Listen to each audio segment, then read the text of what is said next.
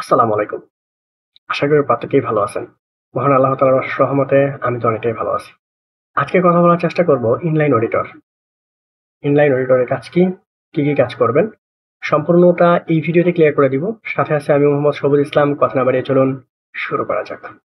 Swing auditor বা inline auditor garments প্রোডাকশনের একটি গুরুত্বপূর্ণ উৎপাদন ক্ষেত্রে যে চাহিদা বাইরের পূরণ করে দিবে সে হচ্ছে ইনলাইন অডিটর। এখন চলুন আমরা ধাপে ধাপে সেটা জানার চেষ্টা করি। সুইং অডিটর এর কাজ হচ্ছে ১ নাম্বার স্টাইল ও টেকনিক্যাল তথ্য বোঝা। স্টাইলিংটা কি এবং এর টেকনিক্যাল তথ্যগুলো বুঝতে হবে। অডিট শুরু করার আগে নতুন স্টাইলে tag pack, spreadsheet, sample, garments, preparation, background, এর সুইং গাইডলাইন কিভাবে দেওয়া হয়েছে, এর হচ্ছে রিস্ক অ্যাসেসমেন্ট কি ছিল সবগুলো নিয়ে আপনাকে কাজ করতে হবে। কোথায় কোন স্টিচ হবে, স্টিচের টাইপ কি হবে, সুতাগুলো কিভাবে থাকবে, এটাতে পুরোটাই কি আপনার কটন হবে নাকি ফিলামেন্ট হবে নাকি সুতার কোনো কাউন্ট চেঞ্জ আছে, এগুলো আপনাকে বুঝতে হবে। ২ নাম্বার ২ নাম্বার হচ্ছে লাইন সেটআপ চেক। আগে যখন প্রোডাকশন শুরু হবে, শুরু হওয়ার আগে পুরো লাইনটাকে আপনাকে চেক করে নিতে হবে।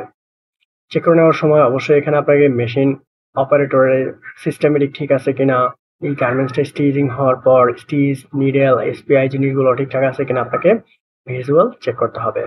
গার্মেন্টসের আসলে স্যাম্পলের গার্মেন্টস ডিসপ্লে ঠিক আছে কিনা, স্যাম্পল যেটা আছে সেই স্যাম্পলটাই ঠিক আছে কিনা এটাও আপনাকে ইনশিওর করতে হবে। ৩ নাম্বার ইনলাইন কোয়ালিটি চেকিং বা আসলে ইনলাইনের কোয়ালিটি আপনি কিভাবে ইনশিওর করবেন, কিভাবে ডিফেক্ট গুলো খুঁজে বের করবেন, অবশ্যই এই জিনিসগুলো আপনাকে জানতে হবে।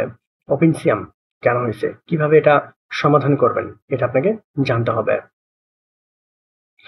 ফ্রন্ট প্লাকেট, ব্যাক প্লাকেট কিভাবে জয়েন হবে, জয়েন গুলো কতটুকু অ্যালাউন্সের ভিতরে হবে, কতটুকু বাইরে হবে, পুরো রিকোয়ারমেন্ট আপনাকে জানতে হবে।